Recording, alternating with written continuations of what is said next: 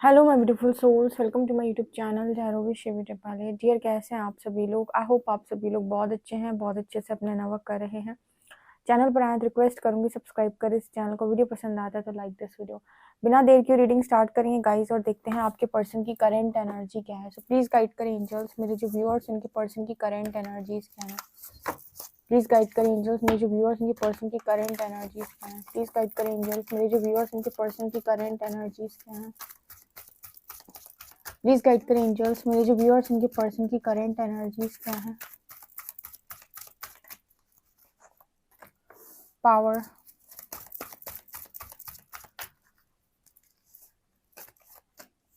Universe,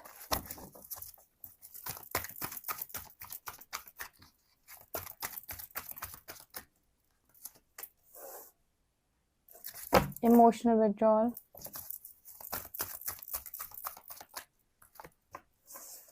यहाँ पर है love begins,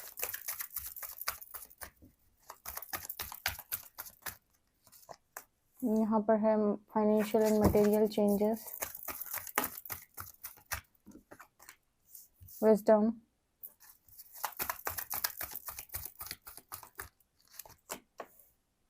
base chakra, authority, moment choices decisions and crown chakra, waiting game. आपकी person की करंट एनर्जी क्या है? ओके गाइस, यहाँ पर जो मुझे मैसेजेस मिल रहे हैं उसके अकॉर्डिंग यूनिवर्स और बेस चक्रा, ये दोनों कार्ड पता है किस चीज़ की बात कर रहे हैं कि आपके जो पार्टनर हैं उनको इस दुनिया के अंदर स्टेबिलिटी को लेकर जितने भी इशू हैं, मतलब होता है ना कि मैं फाइनेंशियल स्टेबल हो जाऊं, मेरी फैमिली स्टेबल रहे, मेरे अंदर कोई भी फियर ना हो। मतलब आप इस दुनिया के अंदर अगर अपने आप को बहुत ज़्यादा स्टेबल महसूस करते हैं तो हम कहते हैं कि आपका बेस चक्रा जो है कहीं ना कहीं वो हील है।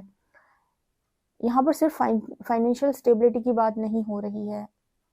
जैसे बहुत सारे लोग लॉजिकल हैं, प्रैक्टिकल हैं, तो उनका ज़्यादा फोकस इस चीज़ पर रहता है कि फाइनेंसेस अच्छे होंगे तो हम इस दुनिया के अंदर सरवाइव कर सकते हैं, हम स्टेबल हो सकते हैं।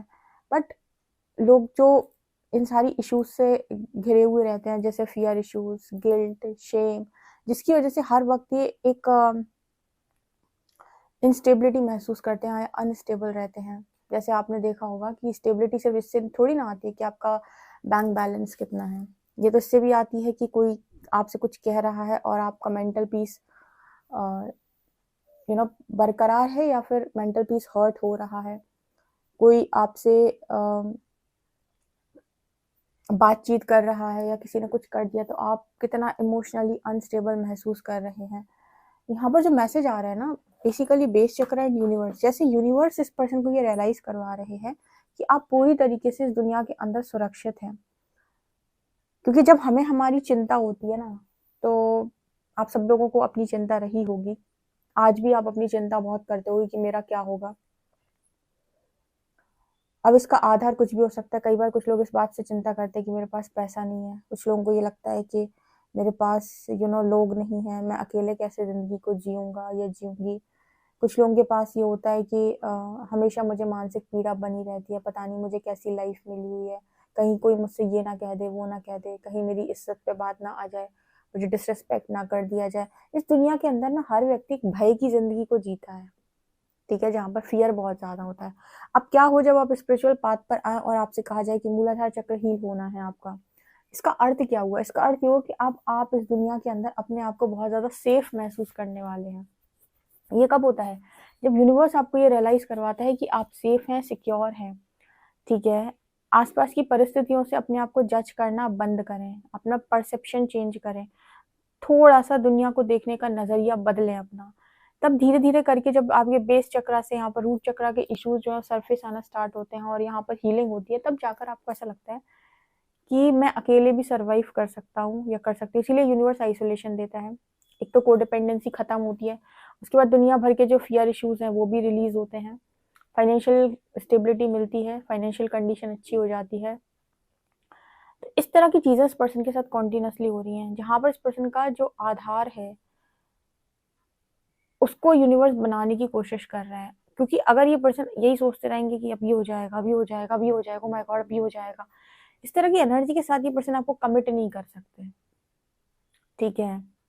बार बार इन्हें किसी न किसी चीज़ का डर सताएगा, और ये यूनिवर्स आपको हमेशा कहता है कि डर मुक्त रहो, पर दुनिया आपसे कहेगी, मैट्रिक्स आपसे कहेगा, ओह माय गॉड अगर तुम ये नहीं करोगे तो कुछ बहुत गलत हो जाएगा। तो वो हमेशा आपको भ्रम में और फियर में रखने की कोशिश करता है, कौन? मैट्रिक्स। बट यूनिवर्स आते ही आपको फियरलेस बनाते हैं, स्पेशली काली साधक सबसे ज़्यादा फियरलेस ज़िंदगी जीते हैं। तो फियरलेस आप बनोगे और हर मामले में बनोगे, ठीक है। जब ये सब हो रहा है ना इस पर्सन की लाइफ के अंदर, तब जाकर इस पर्सन का ये दिमाग आ रहा है कि चलो ठीक है अथॉरिटी ले लेते हैं। अदरवाइज आपको पता है इमोशनल विड्रॉल की एनर्जी थी, वरना इस पर्सन को ये था कि मैं शायद इनफ नहीं हूँ, मुझसे बहुत गलतियाँ हो गई हैं, मेरी लाइफ डिस्टर्ब हो चुकी है, भगवान ने सब कुछ ऐसे ही कर दिया मेरी लाइफ में, अब क्या मुझे टॉक्सिसिटी को झेलना है, अब तो यही ज़िंदगी है, पूरी ज़िंदगी काटना है। जो ये थॉट्स आते हैं ना आपको, ये बोलते हैं लिमिटिंग बिलीफ सिस्टम। यूनिवर्स ने आपको हमेशा कहा है कि आप एक न्यू रियलिटी को यहाँ पर बना सकते हैं, आपको अपने लिए कुछ एक्शन लेने होते हैं, कुछ चॉइसेस बनानी होती हैं, ठीक है। और इस तरह की चॉइसेस बनाने की बुद्धि भी मुझे लगता है आपको सही समय पर आती है, कि ये कुछ ना कुछ आपके कर्मों से भी जुड़ा हुआ होता है।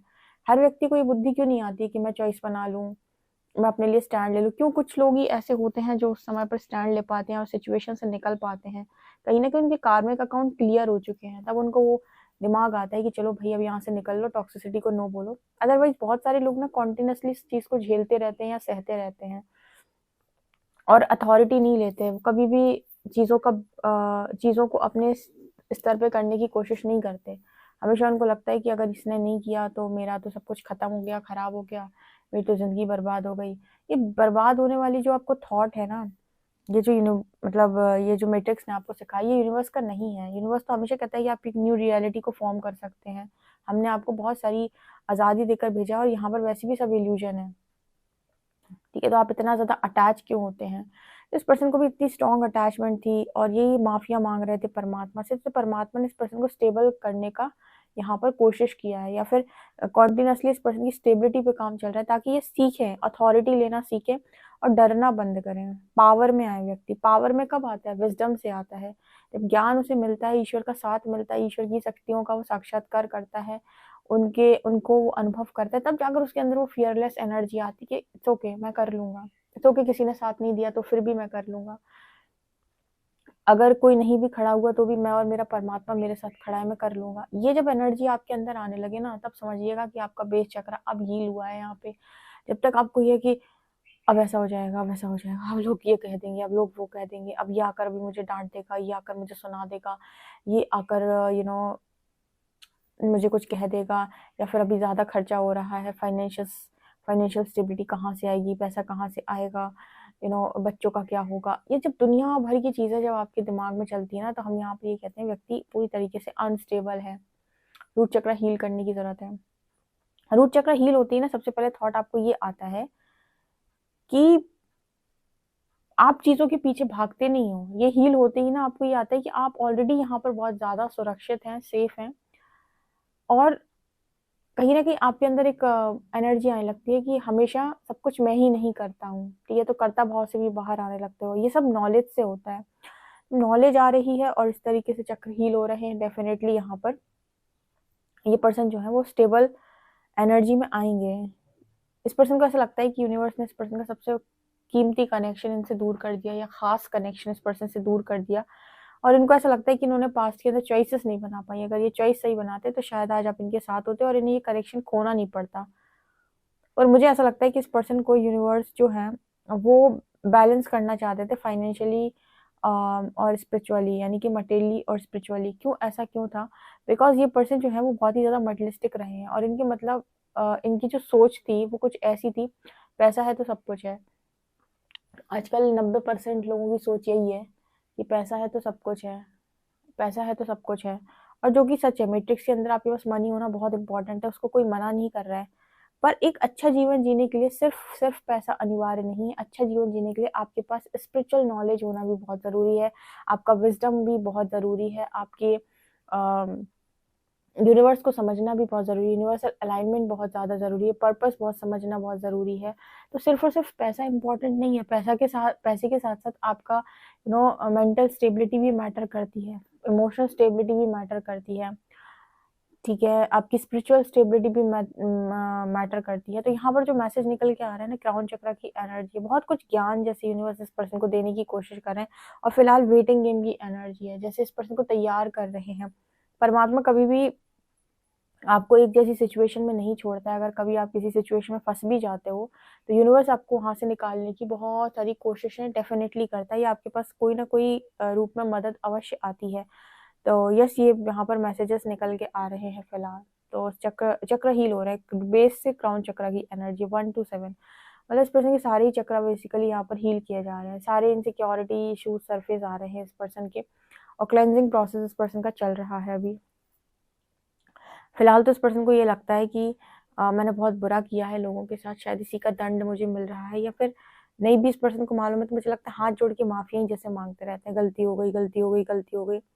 तो यूनिवर्स ही बता रहे कि गलती हो गई, इट्स ओके। गिल्ट ट्रैप से भी यूनिवर्स आपको बाहर निकालता है, आपको जानबूझ के ऐसी सिचुएशन में डाला जाता है जहाँ पर आप गिल्ट हो जाते हो, जहाँ पर आप शेम में आ जाते हो, ताकि आप इन सारी एनर्जीज को रिलीज कर सकें। आपको फियर में भी इसीलिए डाला जाता है ताकि आप फियर बेस्ड एनर्जी को रिलीज कर सकें, राइट। ये मैसेजेस यहाँ पर निकल के आ रहे हैं। लेट्स सी टैरो क्या बताते हैं आप लोगों के लिए। प्लीज गाइड करें एंजल्स, मेरे जो व्यूअर्स इनके पर्सन की करंट एनर्जीज क्या हैं। प्लीज गाइड करें एंजल्स, मेरे जो व्यूअर्स इनके पर्सन की करंट एनर्जीज क्या हैं। Wheel of fortune, sun,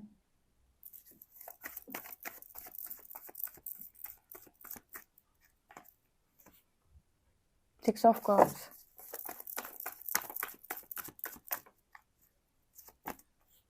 queen of pentacles,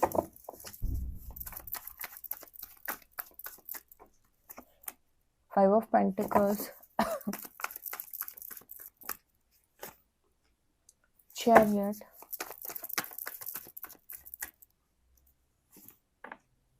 to of cups,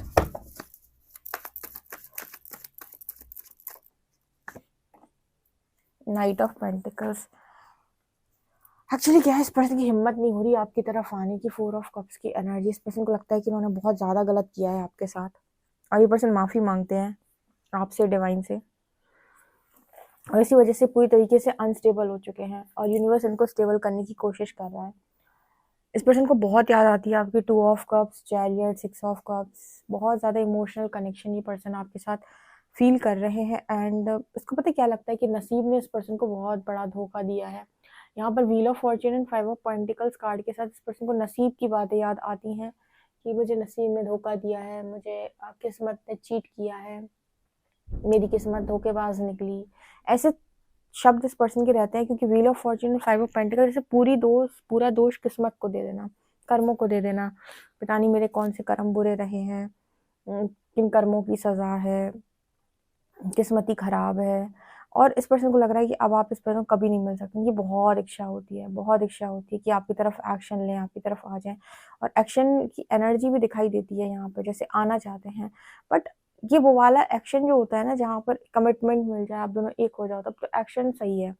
पर ये कोई पर्सन आपकी तरफ आ रहा है, आप रेडी नहीं हो, जैसे मुझे लग रहा है आप अपने करियर में बिजी हो, और ये पर्सन जो है अपनी लाइफ में अपने काम कर रहे हैं, एकदम से आपकी तरफ आते, अलाइनमेंट नहीं होती ना, तो एक इंसान का मन है, दूसरे का नहीं है, तो कनेक्टिविटी नहीं बनती। मजा तब है जब दोनों का मन हो, जब दोनों एक दूसरे के साथ एडजस्ट करने के लिए, एक साथ रहने के लिए, एक दूसरे के साथ सब कुछ कनेक्शन बनाने के लिए एकदम फ्री माइंड से रेडी हो, तब आपका जो कनेक्शन बनता है वो बहुत ही ज़्यादा ब्यूटीफुल बनता है। तो फिलहाल इस पर्सन की एनर्जी के फ़ायदा क्या है, आप ना पहले की तरह बिहेव करते हो, ना पहले की तरह बात करते हो, ना ही वो पॉजिटिविटी मिलती है।